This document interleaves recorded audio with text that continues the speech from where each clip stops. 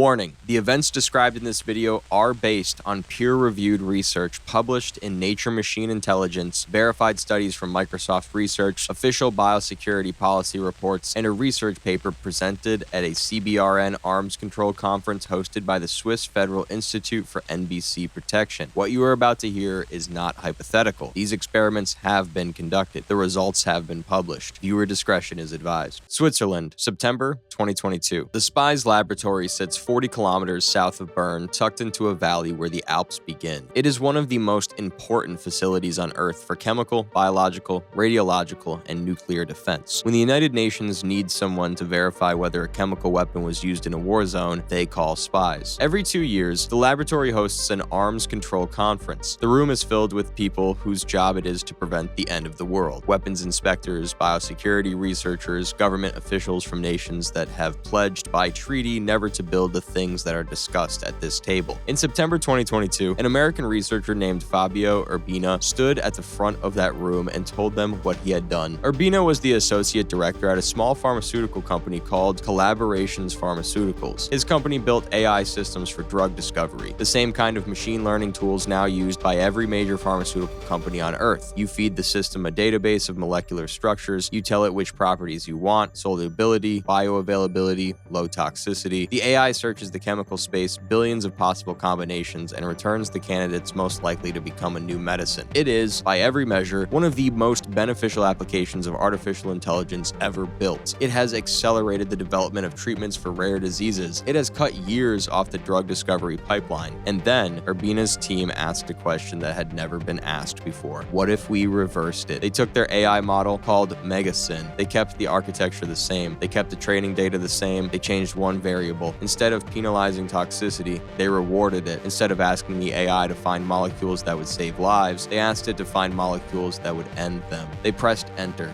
They set a timer. Less than 6 hours later, the AI had generated 40,000 new molecules. Some of them were predicted to be more toxic than VX. VX is a nerve agent. A single drop, 10 milligrams, absorbed through the skin is enough to kill an adult human in minutes. It's classified as a weapon of mass destruction. Its production, stockpiling, and use are banned under the Chemical Weapons Convention signed by 193 nations. The AI did not access a classified database. It did not breach a government network. It used open source software, publicly available datasets, the kind of computing power available in a university lab. The researchers later wrote in Nature Machine Intelligence that the experiment required no specialized expertise. They described it as a wake-up call. Here's what the people in that room were hearing. The same technology that discovers cancer drugs can, with a single parameter change, design weapons that surpass most lethal chemical agents humanity has ever deliberately manufactured. The barrier between medicine and massacre is a minus sign in a line of code. Urbina told The Guardian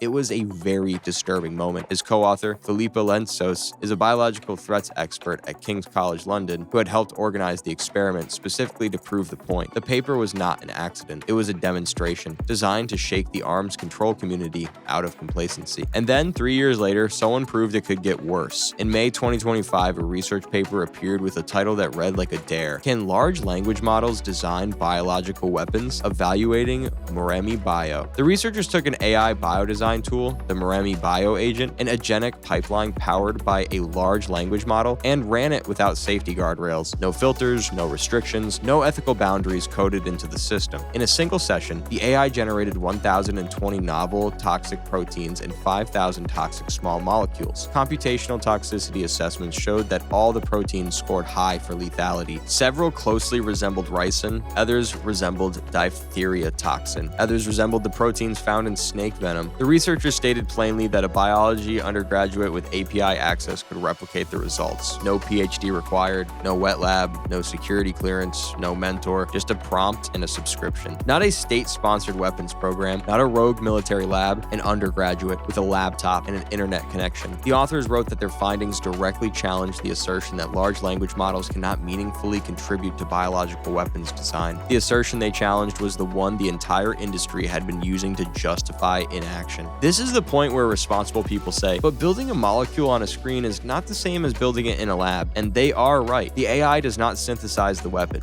It does not procure the precursors. It does not handle the materials. There is still a gap between a toxic molecule on a screen and a weapon in someone's hands. But the gap used to be a canyon. The gap used to be a decade of graduate training, access to a level 4 biosafety facility, and the backing of a government program. What the AI does is collapse the knowledge gap. It does the thinking. The part that used to require years of specialized education now takes an afternoon. The lab work is still hard, but the hardest part, the part that used to keep the world safe, the fact that very few people on Earth knew how to design these things, is no longer true. In October 2023, Microsoft scientists published a study in the journal Science that demonstrated another dimension of the problem. They fed AI-designed toxic proteins engineered to resemble ricin through biosecurity screening software. The screeners are the last line of defense. They're designed to catch dangerous biological agents before they leave the lab. The AI-designed proteins passed. Every one of them. The screeners flagged nothing. Because the proteins were novel, they were too new to match anything in existing databases. The AI had designed toxins that did not exist in nature and had never been cataloged. The screening software works by comparing incoming sequences to known threats. When the threat has never been seen before,